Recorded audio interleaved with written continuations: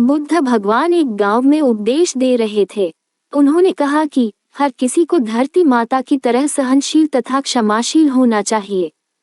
क्रोध ऐसी आग है जिसमें क्रोध करने वाला दूसरों को जलाएगा तथा खुद भी जल जाएगा। सभा में सभी शांति से बुद्ध की वाणी सुन रहे थे, लेकिन वहां स्वभाव से ही अतिक्रोधी एक ऐसा व्यक्ति भी बैठा हुआ था जिसे ये सारी बातें बेतुकी लग रही थी। वह कुछ देर ये सब सुनता रहा, फिर अचानक ही आग बबूला होकर बोलने लगा, तुम पाखंडी हो। बड़ी बड़ी बातें करना यही तुम्हारा काम है।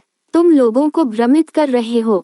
तुम्हारी ये बातें आज के समय में कोई मायने नहीं रखती। ऐसे कई कटु वचनों सुनकर भी बुद्ध शांत रहे। अपनी बातों से ना तो वह दुखी हुए, न ही कोई प्रतिक्रिया की।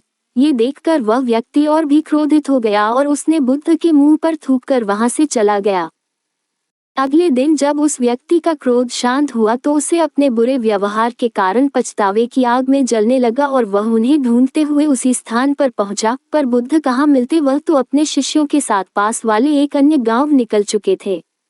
व्यक्ति ने बुद्ध के बारे में लोगों से पूछा और ढूंढते ढूंढते जहां बुद्ध प्रवचन दे रहे थे वहां पहुंच गया। उन्हें देखते ही वह उनके चरणों में गिर पड़ा और बोला, मुझे क्षमा कीजिए प्रभु। बुद्ध ने पूछा, कौन हो भाई? तुम्हें क्या हुआ है? क्यों क्षमा मांग रहे हो? उसने कहा, क्या आप भूल गए? मैं वही हूँ जिसने कल आपके साथ बहुत बुरा व्यवहार किया था। मैं शर्मिंदा हूँ। मैं मेरे दुष्ट आचरण की क्षमा याचना करने आया हूँ। भगवान बुद्ध ने प्रेम पूर्वक कहा, बीता हुआ कल तो मैं वही छोड़कर आया गया और तुम अभी भी वही अटके हुए हो। तुम्हें अपनी गलती का आभास हो गया, तुमने पश्चाताप कर लिया, तुम निर्मल हो चुके हो। अब तुम आज में प्रवेश करो। बुरी बातें तथा बुरी घटनाएं याद करते रहने से वर्तमान और भविष्य दोनों बिगड़ते जाते हैं। बीते हुए कल के कारण आज को मत बिगाड़ो। उस व्यक्ति का सारा बोझ उतर गया।